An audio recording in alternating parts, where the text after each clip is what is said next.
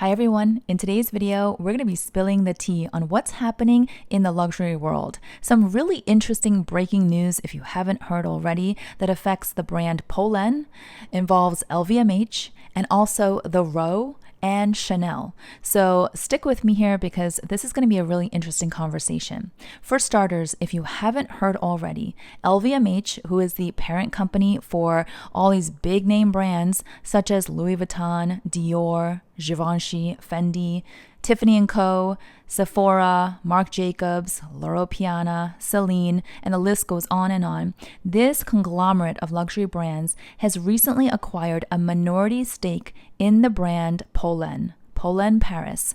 If you're not familiar with Polène already, they were founded in 2016, so it's been less than 10 years since they established this brand. And the brand was founded by three siblings who were inspired to start their own company after visiting a Spanish Hermes workshop back in 2014. So they're all about quality. They produce all of their bags in a place called Ubrique, Spain. Now it's interesting because if you know the leather guy, Tanner Leatherstein, he's kind of gone viral over the last couple of years. He takes these bags, he deconstructs them, and then he reviews the quality and the craftsmanship. So he did this with the Polène bags not too long ago, and he spoke very highly of Polène, and he talked about how they are affordable luxury and that you don't have to give up quality for brand name.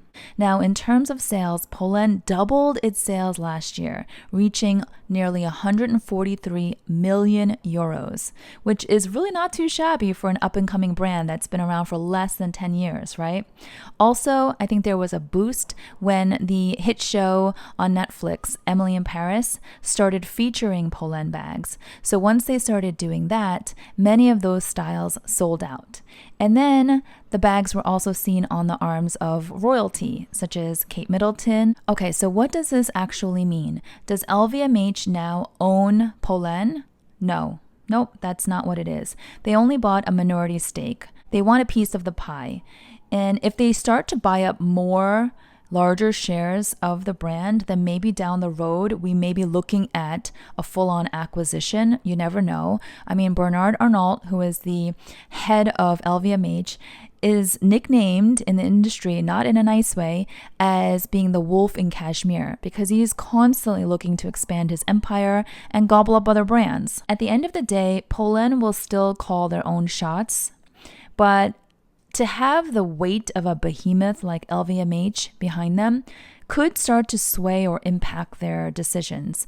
Could this affect pricing? We have seen some price increases, and some people have made videos commenting about how Polène is no longer as affordable as they once were because now their name is out there. So does that mean that pricing will become more aggressive? We know that Louis Vuitton is quite aggressive with their pricing, so will that be sort of a negative influence for us customers?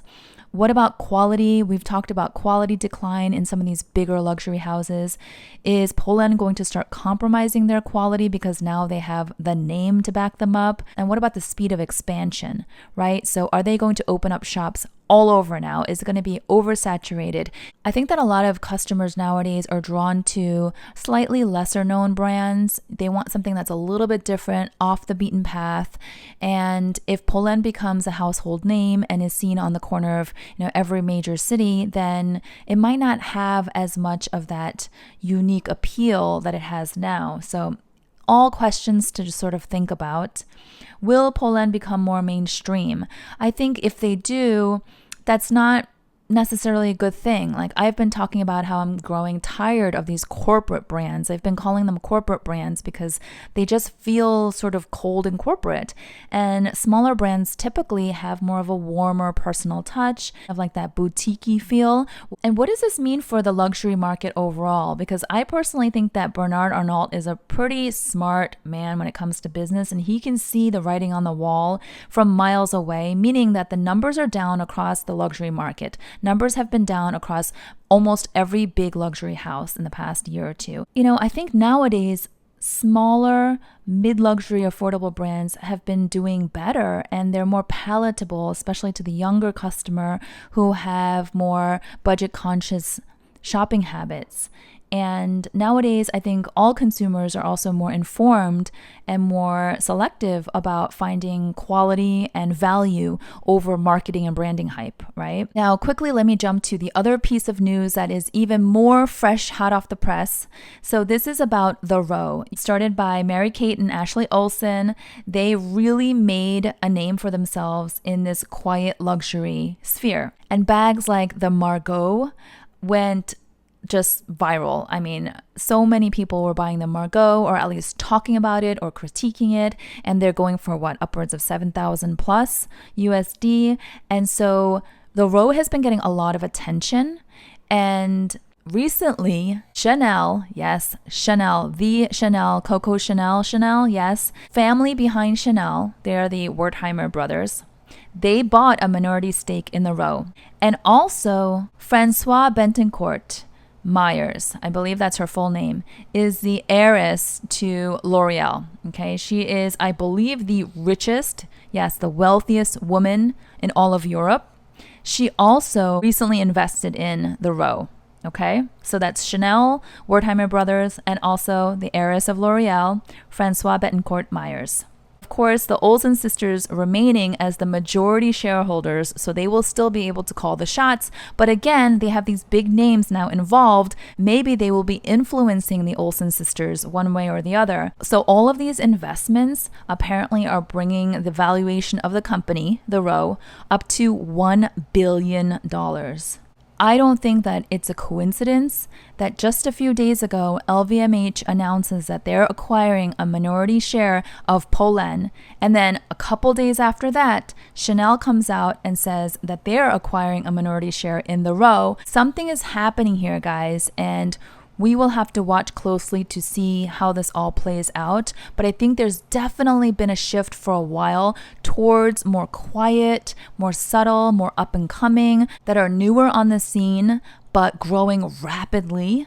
They are filling a niche in the marketplace that these big luxury houses and bigger brands are taking note. Do you think, now this is a bit more controversial, but do you think that both The Row and Polène might lose its momentum, might lose its luster with customers who were drawn to them initially because they were more quiet and up and coming?